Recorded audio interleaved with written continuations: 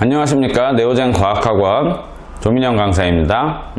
지금부터 주엽고 23년 1학기 중간고사 내신 분석 시작하도록 하겠습니다. 여러분들 이제 고등학교 처음 입학해서 첫 시험 치르셨는데요. 고생 많으셨고요. 다만 이제 여러분들께서 많이 어려움을 느끼셨을 거라고 생각이 들어요.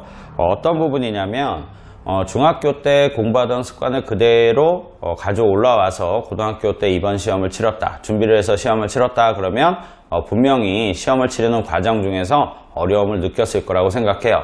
왜냐하면 이제 난이도도 많이 높아졌을 거고요, 중학교 때에 비해서. 그리고 문항수도 늘어나는 편이기 때문에 여러분들께서 조금 힘드셨을 거다. 자, 그러면 이렇게 한번 힘들었다는 걸 느꼈으면 이제 뭘 하셔야 되겠어요? 그죠? 여러분들 공부 습관을 바꾸셔야 됩니다. 여러분들이 학교에서나 학원에서나 수업을 듣고 이 애들은 다 잘해요. 예, 우리 머리 똑똑하잖아요. 그죠? 예, 이 애들은 잘하는데 왜 시험 성적이 제대로 안 나올까? 이런 부분들을 한번 곰곰이 생각을 해보시면 효율성 있는 공부를 하지 못해서 그래요. 그러니까 학원 수업을 듣고 학교 수업을 듣고 이해를 했다면 반드시 그 시간 안에, 그날 안에 복습을 해서 그 단원의 마무리를 꼭 지어 주셔야 돼요.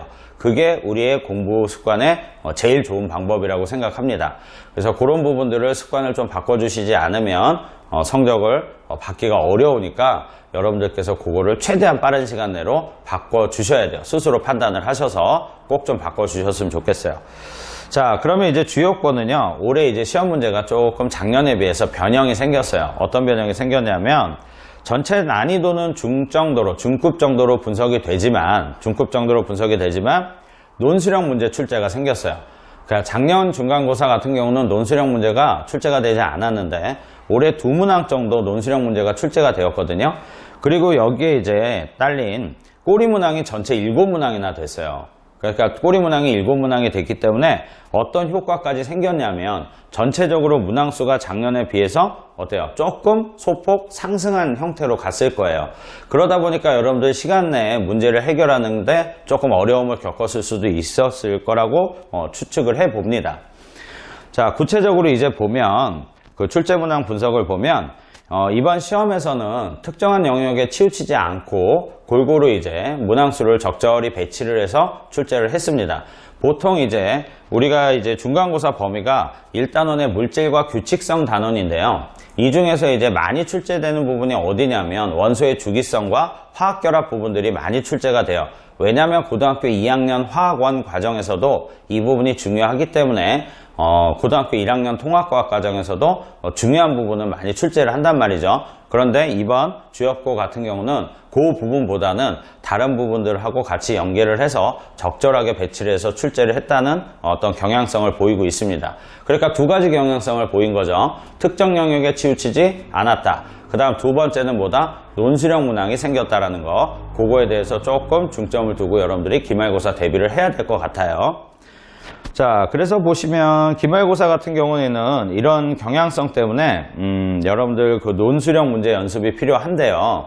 논술형 문제에 가장 단골로 출제되는 게 물리 파트예요. 물리 파트에서 왜 논술형 문제 단골 출제 단원이 되냐면 계산하는 과정을 논리적으로 쓸 수 있느냐 없느냐, 거기서 무엇을 매길 수 있죠? 감점을 매길 수가 있거든요. 그 과정이 똑바르지 않다면 감점 요소가 될 수 있기 때문에 그런 부분들을 꼼꼼하게 잘 챙겨서 쓸 수 있느냐 없느냐가 좋은 점수를 받는 데 관건이 되기 때문에 물리 파트가 단골로 출제가 되는 경향이 있어요.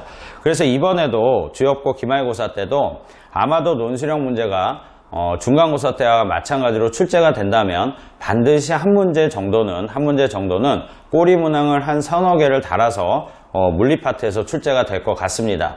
그래서 이 역학적 시스템에 해당되는 부분들 기본 공식들 외우셔야 될 거고요. 그래프도 해석을 잘 하셔야 될 거고요. 그리고 이거에 대해서 공식 암기, 그래프 해석이 되었다면 그대로 문제를 어떻게 한다? 적용할 수 있는 연습까지 하셔야 될 것 같습니다. 그리고 한 단계 더 넘어서서 고등학교 2학년 물리학 1에 이 해당되는 파트의 문제들을 조금 풀어봄으로 인해서 심화학습을 하시는 거죠. 그렇게 심화학습을 하다 보면 주엽고에서 나오는 문제들을 해결하는데 큰 어려움이 없을 거라고 생각이 들어요. 그리고 여러분들 이런 부분들에 대해서는 제가 연습을 평상시에 많이 시켜 드릴 테니까 너무 걱정은 하시지 마시고 그 부분에 대해서 여러분들이 연습해야 되겠구나 이런 마음을 먹고 실천해야 되겠구나 이렇게 해서 움직여만 주시면 될 것 같습니다. 자, 그리고 그 이외에 지구 시스템 부분과 생명 시스템이 있는데요. 자, 지구 시스템의 경우는 이해보다는 좀 암기가 비중이 좀 더 커요. 그래서 암기 비중이 좀 더 크니까 이 부분은 암기를 해야 되겠구나 라는 생각을 하고 대비를 해 주셔야 될 것 같고요. 생명 시스템의 경우도 물론 암기가 많겠지만 여러분들이 이해를 하는 부분들이 좀 있어요. 유전 정보의 흐름이라는 부분의 그 단원의 내용들은 조금 이해가 많이 필요한 부분이에요. 그러기 위해서는 앞단원에서 배우는 세포 소기관의 기능이라든가 그 다음 물질의 이동 원리라든가 이런 부분들을 착실하게 학습을 하셔야 마지막 3단원 유전 정보의 흐름에 대한 전체적인 맥락을 이해하실 수 있거든요. 그래서 그 부분에 대한 것들을 유념해서 공부를 하겠다라고 마음을 먹고 실천을 해주셨으면 좋겠어요. 아셨죠? 자, 그래서 기말고사에서는 여러분들 반드시 답안 연습하셔야 되는 거, 답안 작성하는 연습하셔야 된다는 거, 그리고 시간 투자해서 외우셔야 될 것도 많으니까 외우셔야 된다는 거, 그런 것들 좀 챙겨서 준비해 주셨으면 좋겠습니다. 되셨죠? 예. 이상 주엽고 1학기 중간고사 내신 분석 마치도록 할게요. 감사합니다.